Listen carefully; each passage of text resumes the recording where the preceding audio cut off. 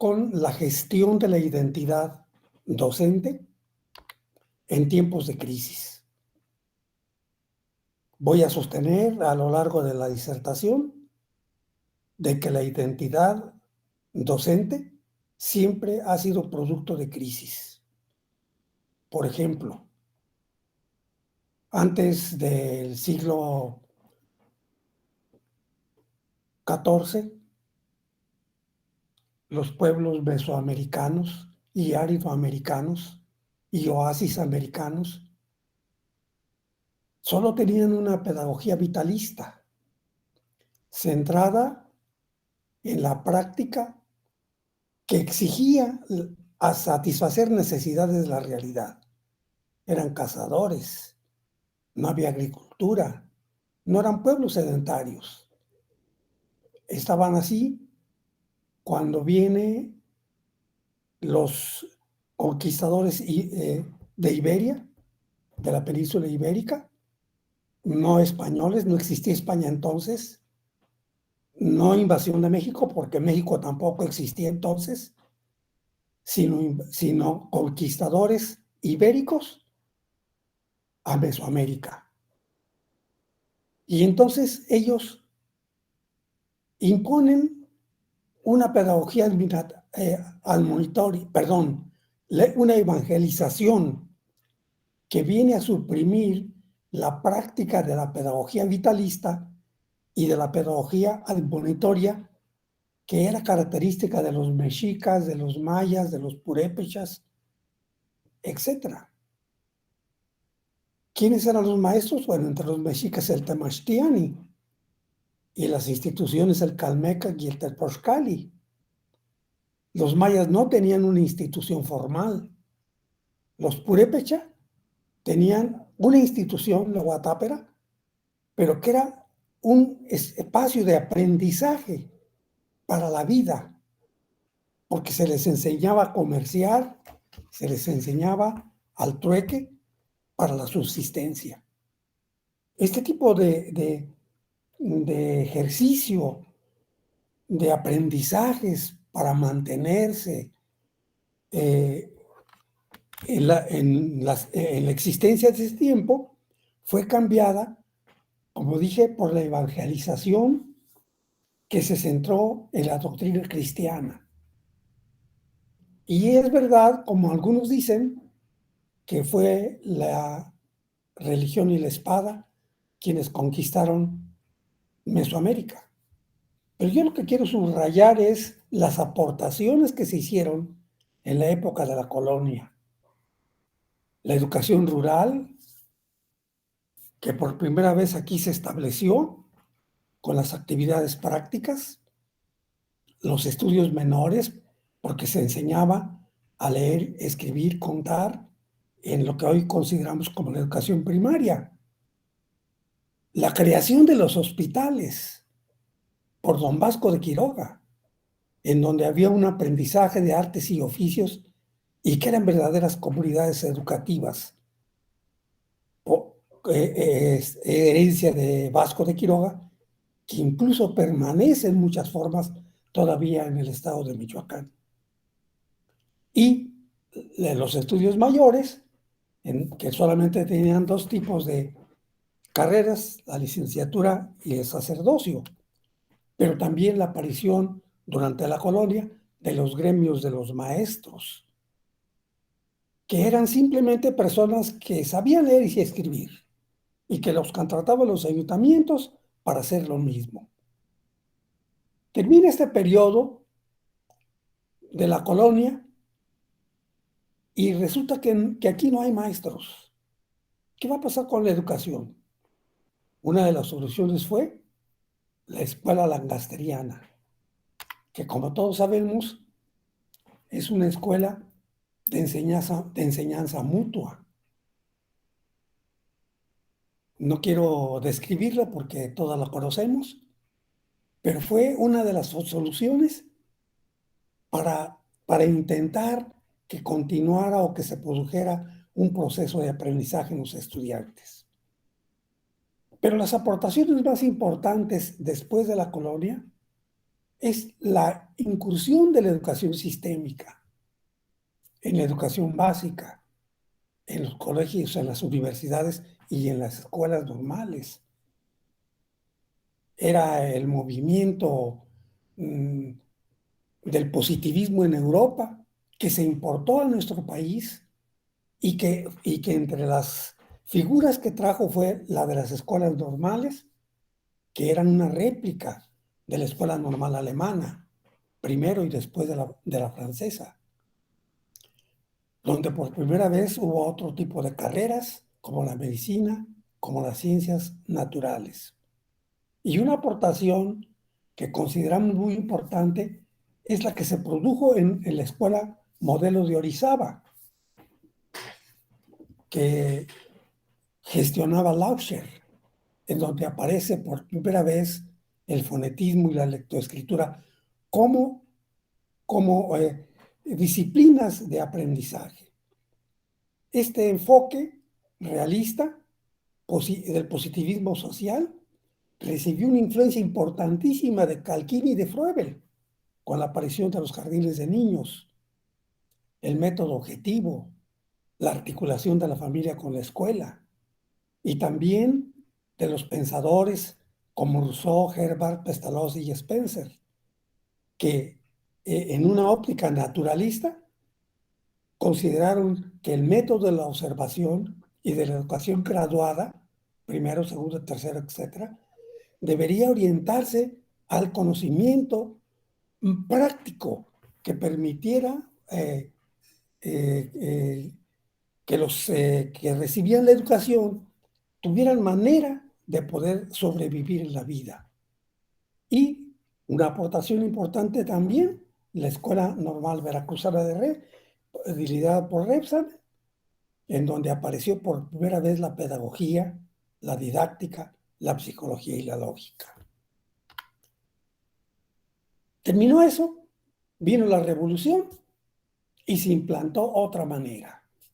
Quizá la única contribución que ha hecho la educación mexicana al mundo, la escuela rural, las escuelas rudimentarias, las escuelas del lugar, la educación indígena, la escuela rural, pero en un sentido más avanzado que el de la colonia, las misiones culturales y las centrales agrícolas, que tenían un ideal, según lo expuso Vasconcelos en su argumentación para crear la Secretaría de Educación Pública, porque cambiaba el término instrucción por el término educación, dado que él decía que la educación implicaba salvar a los niños, educar a los jóvenes, redimir a los indios, ilustrar a todos y difundir la cultura. Esta contribución, como digo, única de nuestro país al mundo, sin embargo, desapareció cuando se instauró el gobierno de Cárdenas, porque Cárdenas implantó la escuela socialista, cuyas características son las unidades de trabajo, los centros de interés, el método de complejos y la escuela del trabajo de connotados educadores, pero en donde privaba la influencia de Makarenko, que había ensayado y desarrollado las comunas de Gorski, y de Blonsky, que estableció la Escuela Politécnica. El Instituto Politécnico Nacional es una recreación del pensamiento de Blonsky, en donde la característica era el autogobierno, el trabajo cooperativo y la convivencia humana. Pero viene la guerra, y después de la guerra otra crisis, y todo eso desaparece. Se instaura ahora la pedagogía psicologista del aprendizaje, que exige la creación de programas instrumentales, no educativos, instrumentales, mínimos, conocimiento mínimo, graduados por grados, nacionales, únicos y respetar la diversidad, orgánicos y generales, a través de métodos globalizados, activos y funcionales. Y estaba en eso cuando viene la modernidad. la modernidad que plantea que hay que trabajar mucho más en la formación de los sujetos para convivir en la sociedad de la que forman parte. Y entonces se establecen mínimos de perfiles de desempeño y mínimos de prácticas educativas y mínimos en la formación de los docentes y también mínimos en el uso de los medios para el aprendizaje. En eso hemos estado navegando mucho tiempo, sin una identidad definida, siempre reproduciendo lo que surge en otros lados. Y esto es muy importante que lo retomemos, porque la identidad y la identidad docente, por supuesto, son términos polisémicos. Hobbes ya lo abordó en 1979, también Maquiavelo hizo en la idea del superhombre en 1968, y también Castoriadis en 1983, y más cercanamente Margaret Mead, Hoffman, Barth y Giddens establecieron ideas, nociones, enfoques acerca de lo que implica la identidad. Una polisemia. No hemos tenido, seguimos sin tener hoy una noción unívoca de identidad. ¿Qué es la identidad? Incluso para unos es un término maldito, porque identidad quiere decir homogeneidad, como si se tratara de ir a un troquel. Por ejemplo, se dice la identidad que se forma en las escuelas normales, como si las escuelas normales fueran fábricas con un troquel para que salieran ahí los sujetos todos iguales. Y esta discusión, pues, es muy amplia. En América Latina ha sido abordado este tema con mucha profundidad por Vasconcelos, cuando habla de la rosa cósmica, cuando dice que no somos sujetos de aquí, de un lugar, de una región, de un país, de un continente, ni siquiera del globo terráqueo, sino que somos sujetos cósmicos, que nos pertenecemos al cosmos y que por lo tanto somos ilimitados.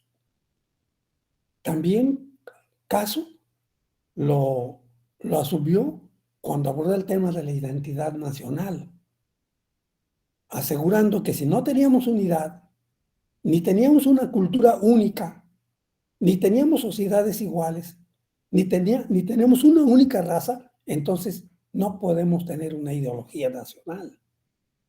Que en todo caso hay ideologías en plural, culturas en plural, sociedades en plural, razas en plural.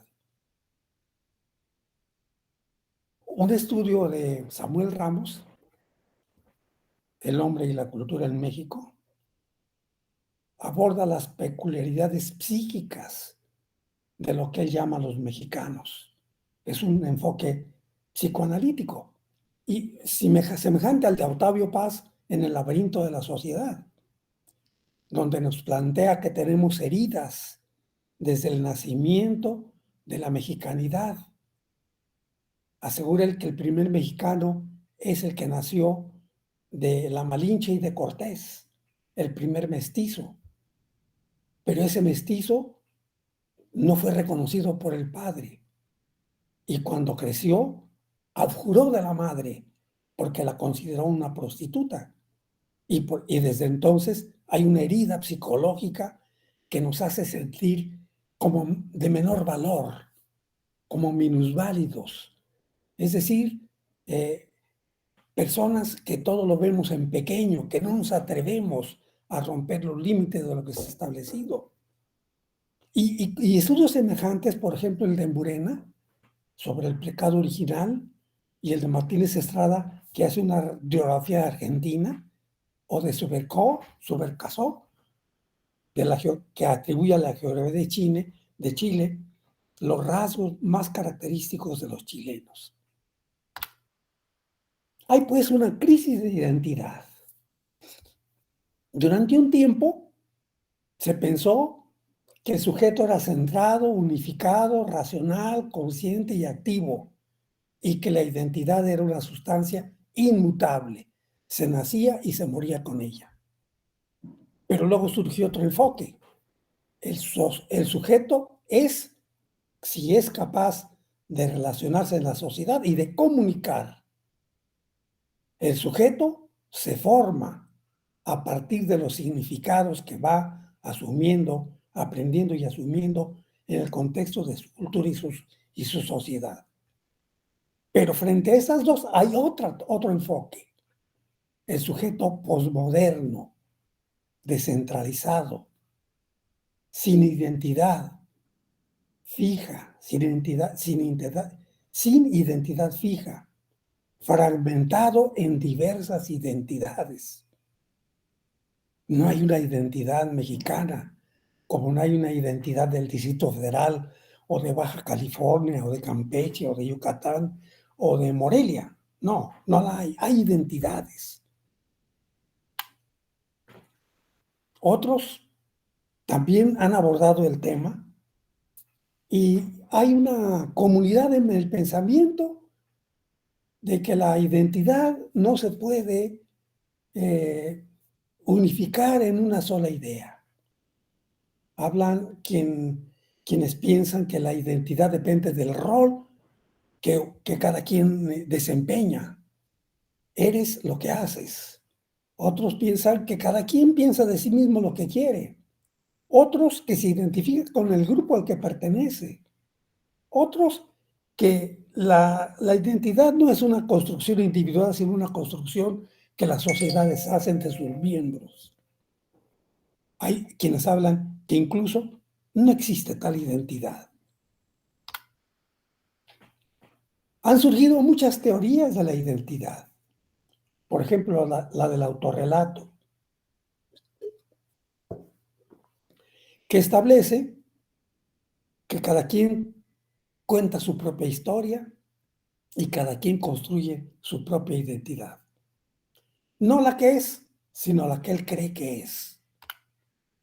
Está la teoría epigenética, que establece, según Erickson, de que hay un conflicto que vamos superando continuamente a lo largo de la vida hasta que a partir de la adolescencia alcanzamos una identidad, una conciencia acerca de lo que somos frente a los demás.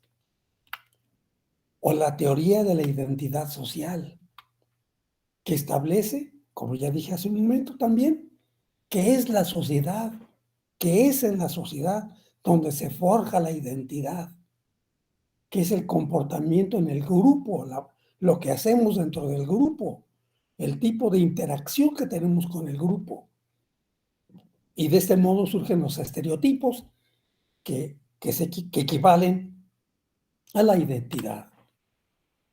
Hay una teoría cultural que, un poco a diferencia de la social, establece que la identidad es un símbolo que nace, surge, se desarrolla y permanece en el marco de cada cultura. Entonces, las identidades son identidades culturales, en donde intervienen las nociones o las ideas, las creencias, el género, la clase, el trabajo, la etnia, etcétera, etcétera. Y hay otra, la teoría simbólica, que establece que la identidad es una construcción. Es una construcción, pero que solo está en la conciencia de las personas. No tiene entidad concreta. Se construye en ideas que nosotros vamos generando a lo largo de la vida y que esas ideas pues son influenciadas por la cultura, por el grupo y por la individualidad de cada uno. Y hay un enfoque cognitivo. una teoría cognitiva. Un poco articula muchos de los rasgos que he dicho de las teorías anteriores, etc. Uno de los más actuales enfoques es el constructivista, que establece que nadie nace con identidad, que la identidad se construye. Pero aunque es una construcción simbólica, es una construcción que cada quien va moldando a sus necesidades y a sus exigencias, que es independiente relativamente del espacio y tiempo en el que se encuentra. Es lo que cada quien se concibe para sí mismo. Y por último, la teoría de la categorización, que establece que hay categorías de identidad y eso depende de la concepción que tenemos de nosotros mismos, de la forma como la representamos, de la manera como nos relacionamos y de la manera como nos sentimos frente a los demás. En la práctica, la identidad docente ha sido abordada de muchas y distintas maneras. Por ejemplo, en Argentina, intentan una formación general, una identidad general de formación docente y una formación especializada.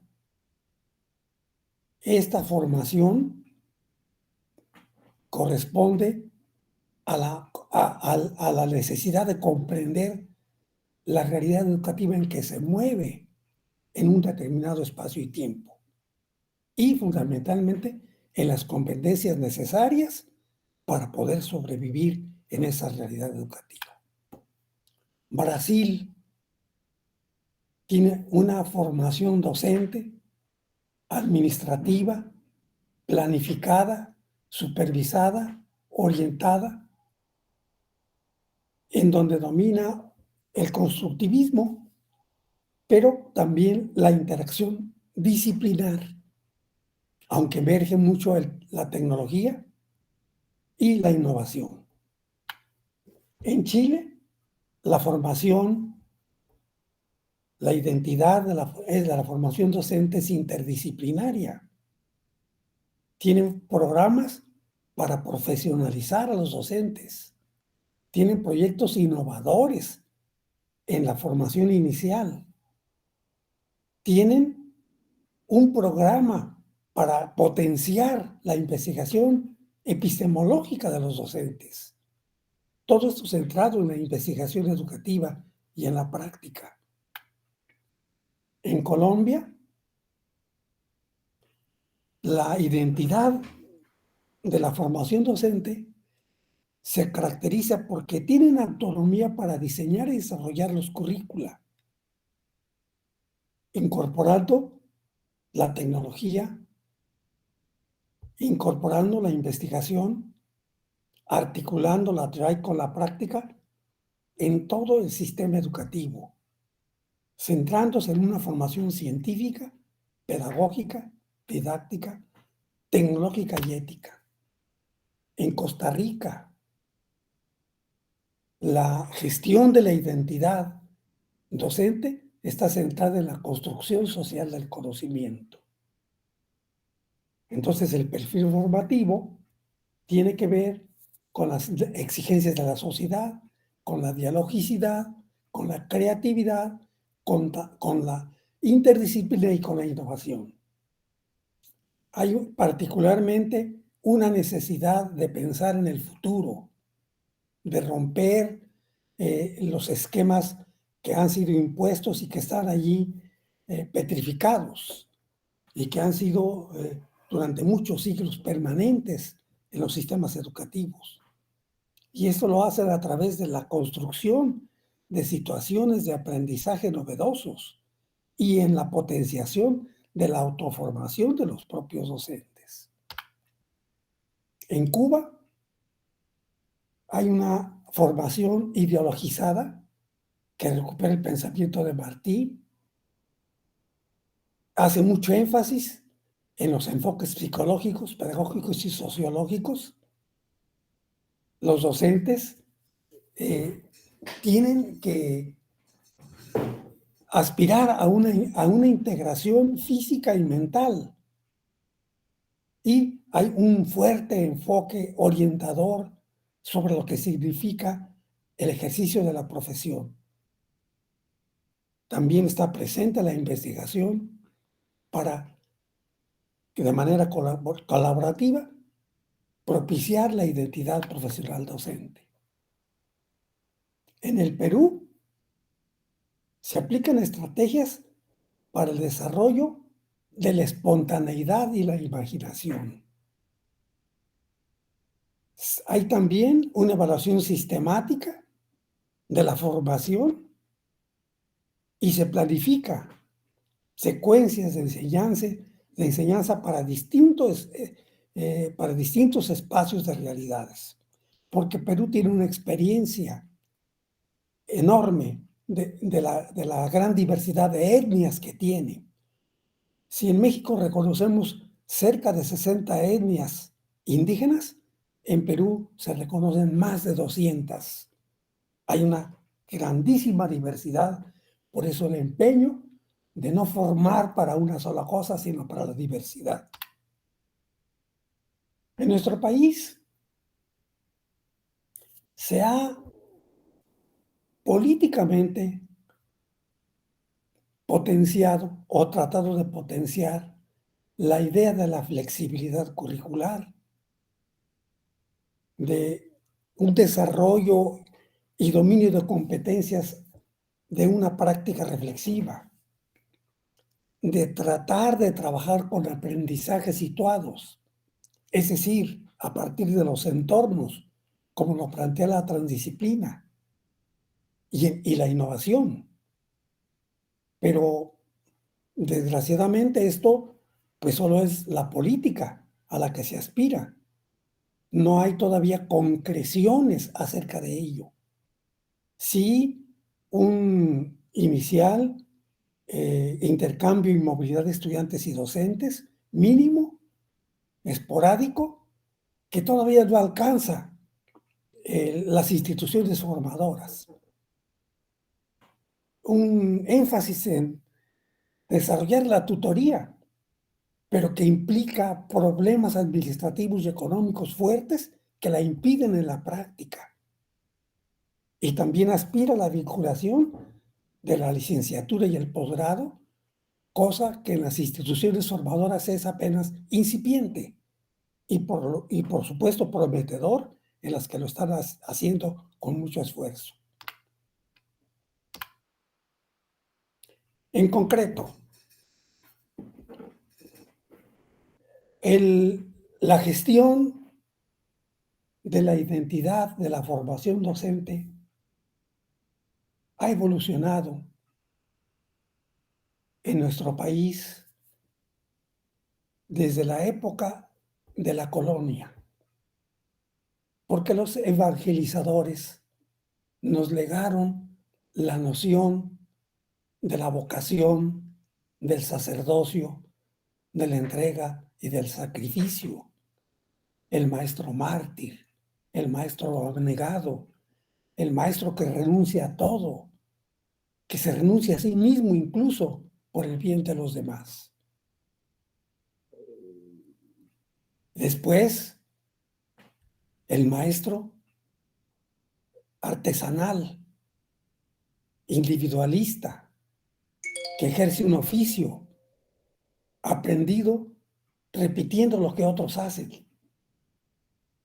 Después, el técnico, instructor, que es experto en el manejo de medios y recursos, aunque muchas veces carece del sentido para que los utiliza. Y durante ya mucho tiempo, el docente consumidor de políticas, simple intermediario, aplicador de las innovaciones y reformas de políticas gubernamentales, en donde está ausente su reflexión, su pensamiento y su experiencia.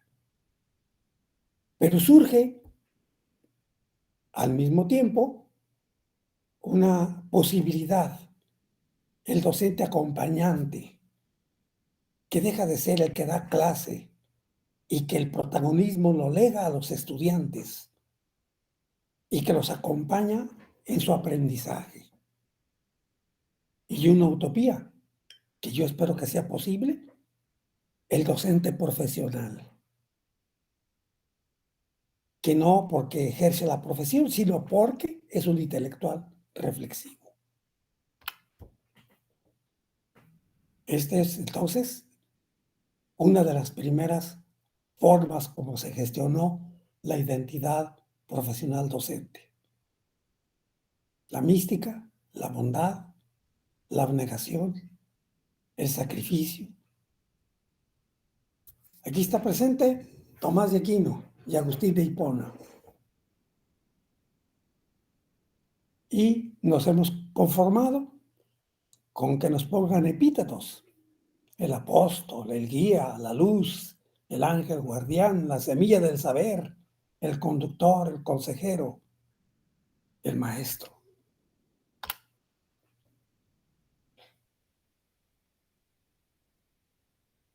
Ese sería un resumen de esa imagen, de la manera como se ha gestionado el artesano, el funcionario de Estado, el trabajador colectivo, el técnico,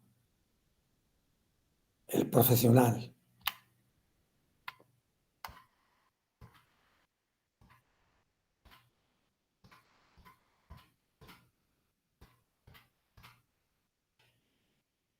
Hemos sido capacitadores. Nos hemos centrado en la adquisición de conocimientos de la cultura general. Hemos irrumpido en la búsqueda del conocimiento innovador específico, pero poco hemos pensado en nuestro desarrollo profesional.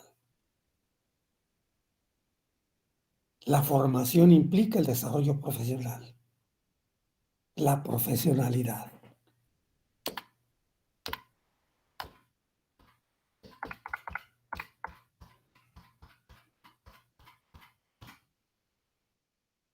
En los años 70 éramos docentes tradicionales, entendiendo por tradicional sabio, que sabe, que conoce, que domine el conocimiento, aunque no domine la didáctica, aunque no domine los medios, pero que tiene conocimiento, un conocimiento que lo respalda. Entre los 70 y los 80 nos preocupamos por el comportamiento, el conductismo y por el desarrollo de la persona como tal. En los 90 comenzamos a investigar y a partir del año 2000, del siglo XXI, el enfoque de la formación, la gestión de la formación docente tendrá que ser la reflexión constructiva. Dejar de ser dependientes e intermediarios de otros y construir nuestra propia relación pedagógica. ¿Qué implica eso? Que tengamos conocimiento científico, que conozcamos a los educandos, que dominemos los aprendizajes, que dominemos la metodología, que dominemos la evaluación, que articulemos la escuela con la sociedad.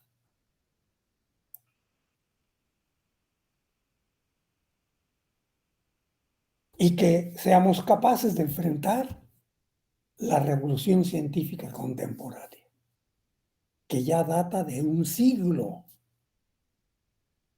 la revolución científica del siglo XX, con la aparición de la física, del micromundo, de la cibernética, de la biotecnología, de la bioética, de la complejidad, que vinieron a trastocar el mundo newtoniano en el que vivíamos y que quizás seguimos viviendo, en donde apareció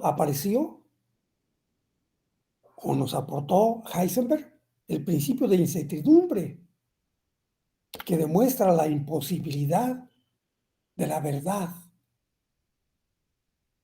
la imposibilidad de la certeza, que nos muestra que nosotros, cuando observamos, interpretamos y modificamos y ajustamos de acuerdo con los esquemas que tenemos en nuestra mente. Y por lo tanto, alteramos la realidad. Es decir, no hay objetividad para el conocimiento de la realidad. Y otra crisis, cuando aparece la idea de complejidad, el pensamiento complejo. La realidad no es plana, la realidad es compleja. Desaparece la geometría euclidiana y viene la geometría fractal. Como se decía hace un momento, la teoría del caos, la teoría de los fractales, la teoría cibernética, la teoría, etcétera, etcétera, etcétera. Muchas teorías que vienen a romper la cosmovisión que era hegemónica desde el siglo XVII con el pensamiento newtoniano y el pensamiento de cartesiano. Y esto produjo, como consecuencia de la revolución científica, una revolución en el hombre. Porque frente a la epistemología del primer orden, donde creemos que podemos transmitir el conocimiento, donde todavía pensamos que podemos enseñar a otro, o que decimos que transmitimos y todo eso, aparece otra epistemología, la del segundo orden, la de los sistemas observadores, que establece que nada de eso es posible, porque si no hay objetividad, solo queda la subjetividad. Y la subjetividad es una característica propia de cada ser humano, es individual. No se puede de ningún modo transmitir conocimiento ni información. Es el sujeto el que la tiene que identificar, asimilar, etc. Pero también aparece junto a ella la epistemología del tercer orden, el conocimiento de la no colonialidad. Basta de seguir repitiendo y reproduciendo lo que en otros contextos se está generando, por importante y válido que sea. Hay que construir la propia realidad, los propios sujetos, el propio conocimiento en el momento que es necesario. Y esa es tarea de los docentes. Los docentes tienen que ser constructores de conocimiento, del conocimiento pertinente en sus contextos de trabajo, que atiendan las necesidades de su entorno. Así es como nace la epistemología crítica, que tiene una visión de realidad distinta a la hegemónica, que establece que el conocimiento no es explicación, sino relación, la relación del todo con el todo, que implica apropiarse de la conciencia, que implica potenciar la capacidad de pensar de muchas maneras y no de una sola, y que obviamente implica transformar el conocimiento en conciencia. Y otra crisis de la gestión de la identidad docente, cuando aparece la transdisciplina, que como todos sabemos, no elimina las disciplinas, es entre las disciplinas, articula las disciplinas a través de la interdisciplina, pero va más allá de las disciplinas. Y ese más allá implica que se recupera al sujeto. El sujeto que el pensamiento de cartesiano eliminó, tiene que recuperar la subjetividad del sujeto y la exigencia y la necesidad del entorno en el que vive ese sujeto. Las disciplinas tienen que ponerse al servicio de resolver problemas de realidad concreta y no de resolver problemas en sí mismas. Y otra crisis, la de las pandemias, así como ocurrió la de la viruela, la tuberculosis, la peste bubónica, la influencia, el SIDA y el coronavirus, han venido a trastocar la idea, la noción de docente. Hoy no sabemos cuál es la identidad del docente, la identidad docente. No lo sabemos, porque estamos en una realidad distinta, nueva, inédita. Las identidades anteriores probablemente tuvieron sentido en su tiempo y en su espacio, pero frente a estas crisis no lo son más. Tenemos que construir nuestras propias identidades, porque en el siglo XXI, aparte de la pandemia, hay diversidad cultural, religiosa y étnica. Los valores han evolucionado.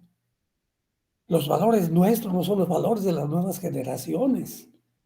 Hay que reformar el sistema educativo, pero en serio.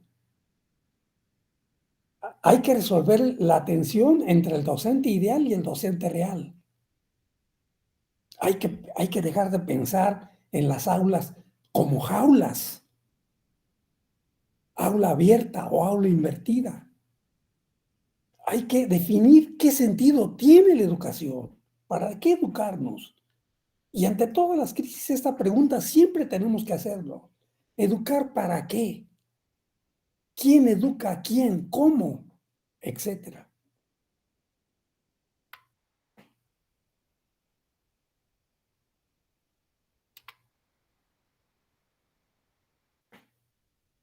¿Qué capacidades, competencias y habilidades necesitan los docentes para potenciar la capacidad de pensar? ¿Cómo potenciar el pensamiento categorial, abierto, incluyente, articulable? ¿Cómo nos apropiamos de una conciencia histórica?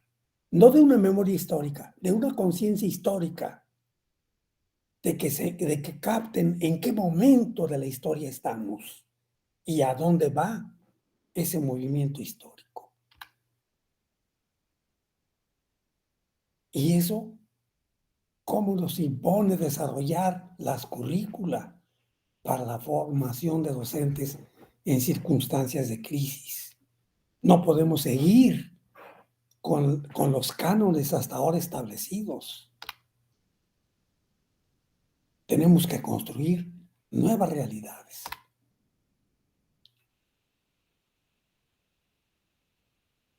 ¿Cómo vamos a construir una cultura de cambio en una sociedad cambiante? Pues hay que trabajar en una cultura del cambio, una cultura de la innovación, de la incubación de descubrimientos, de atender las necesidades de la sociedad en cambio, de desarrollar nuevos enfoques, de programas convincentes.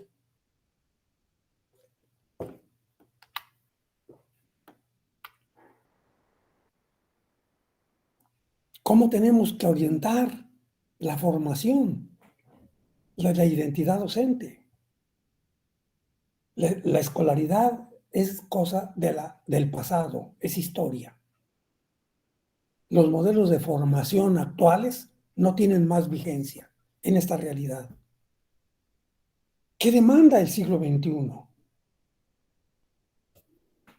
¿Cómo concretar la formación transdisciplinaria, las metodologías alternativas, la formación híbrida, la formación en línea? No podemos trasladar el aula tradicional solo a la pantalla. Tenemos que rediseñar nuevos espacios de aprendizaje como el aula invertida, movibles, flexibles, utilizando una diversidad de dispositivos. Abordar el aprendizaje profundo para potenciar la capacidad de pensar. Los aprendizajes basados en problemas, orientados a proyectos, basados en la elaboración de modelos, el aprendizaje autónomo y colaborativo. ¿Cómo vamos a medir los aprendizajes? En esa medición tiene que estar presente factores sociales, económicos y competencias.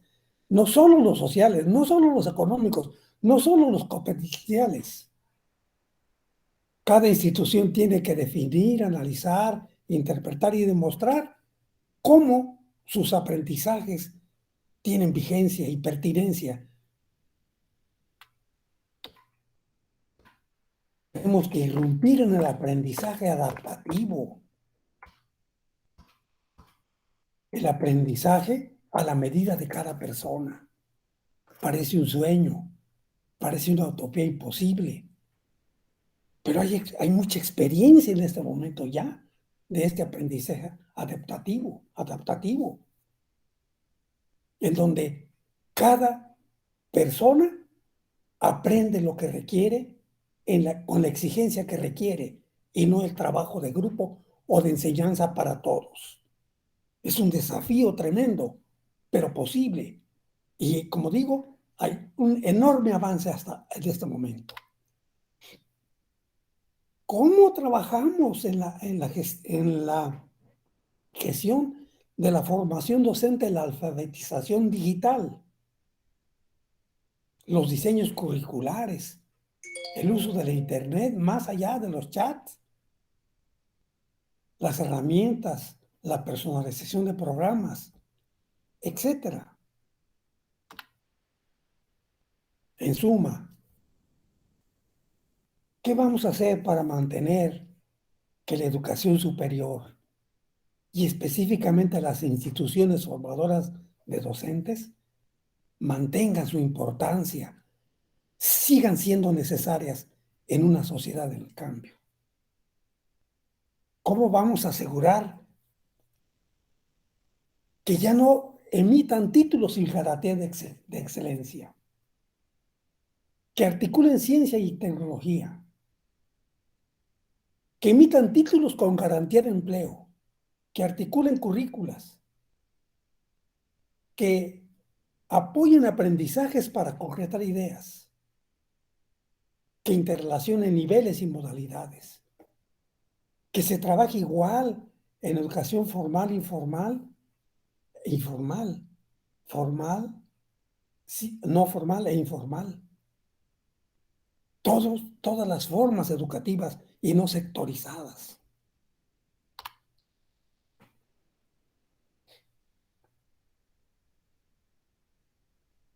Estamos en una crisis de identidad docente.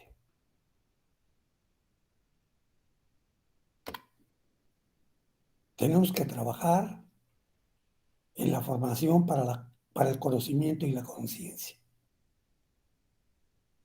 Tenemos que trabajar para la formación docente en la interculturalidad. Somos un país multicultural, pero no intercultural. No es lo mismo multicultural que intercultural. Tenemos que asumir una formación docente en el marco del pensamiento complejo y el pensamiento transdisciplinario, articulando multitud de aportaciones de muchos pensadores y científicos.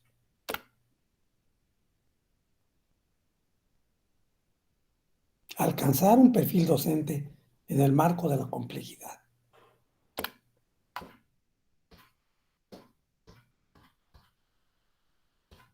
y en el marco de la transdisciplina.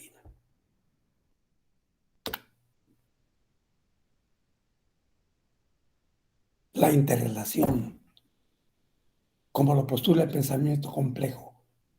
El universo es una inmensa red de relaciones. Todas las galaxias son inmensas redes de relaciones. Este planeta es una inmensa red de relaciones. Esta sociedad, este país, es una inmensa red de relaciones. El conocimiento es la red de relaciones, no la explicación.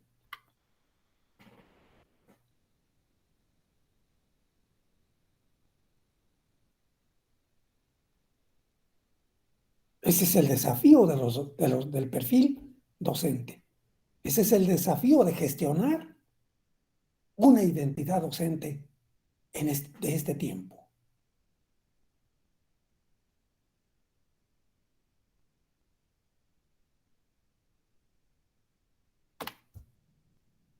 Muchísimas gracias. La primera me permitiría aludir a la noción de subalternidad.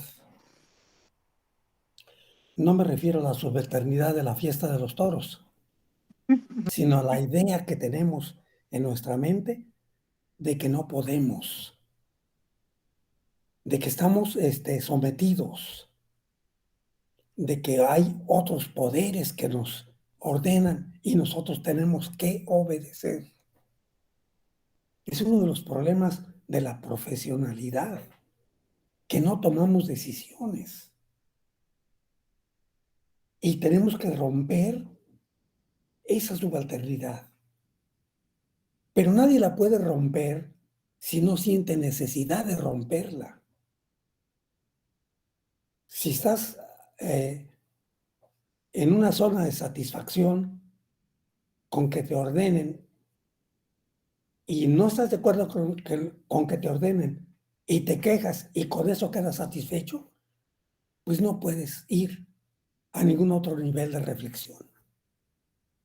La reflexión implica el atrevimiento de romper los límites de las teorías, asumir un pensamiento categorial, que no se supedita a lo que dice una teoría, por importante que sea él o los autores, ni se supedita a una práctica petrificada. Así es que así siempre es así, y que es que todo tiene que ser así, y toda la vida es así, ¿por qué tengo que cambiar? Bueno, pues si así estás a gusto, sigue así. Creo que viene muy bien la alegoría de la caverna de Platón. Si estás en una caverna donde hay oscuridad y solo ves sombras, crees que esa es la realidad. Pero si avanzas para salir de la caverna y comienza a esclarecer y ves otras cosas y sales totalmente de la caverna y hay luz, te das cuenta que la realidad es otra. El atrevimiento es salir. Eso es. El que no se atreve seguirá ahí. Por lo demás, la epistemología de tercer orden surge, no es el movimiento de la no colonialidad del pensamiento latinoamericano, surge como consecuencia de ese movimiento. El movimiento de la no colonialidad en síntesis, establece que hay que dejar de seguir repitiendo los modelos importados. Yo hice alusión, por ejemplo, a Perú. Perú, con 200 etnias, siempre estaba atento a las modas educativas de Europa. Había una moda educativa de Europa, y la implantaban. Había otra y la implantaban. Y vino un gobierno militar que dio un golpe de Estado y dijo: una reforma educativa, que los peruanos construyan su propio sistema educativo para los peruanos. Y los peruanos son 200 etnias. ¿Qué dijeron los maestros? No. El gobierno los invitó para que lo hicieran los maestros y dijeron no. Les volvió a decir y les prometió cosas y dijeron no. Y el gobierno por tercera ocasión les dijo: ya no les estoy preguntando, les estoy ordenando que lo hagan. Y los maestros dijeron no. Y entonces el gobierno los cesó a todos. Se quedó Perú sin maestros. Y convocó al pueblo para que construyera su propio sistema educativo. ¿Qué ocurrió? Que cada pueblo hizo su propio programa de educación. ¿Quiénes lo hicieron? El licenciado, el doctor, el cura, los trabajadores ahí, los sindicatos, etcétera, el pueblo. Esa es una hazaña de rompimiento de límites.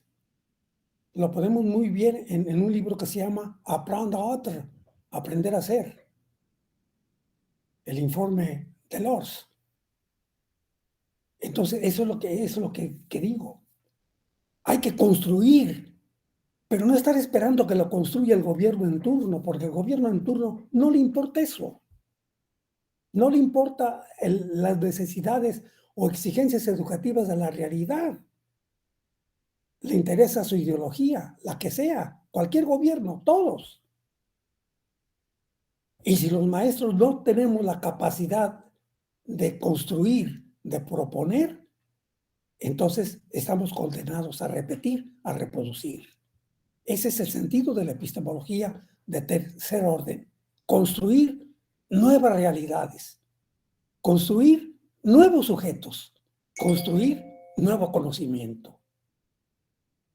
Si no podemos hacerlo para todos, bastará con que lo construyamos para nosotros mismos. Si lo construyo solo para mí, tengo mi discurso pedagógico propio.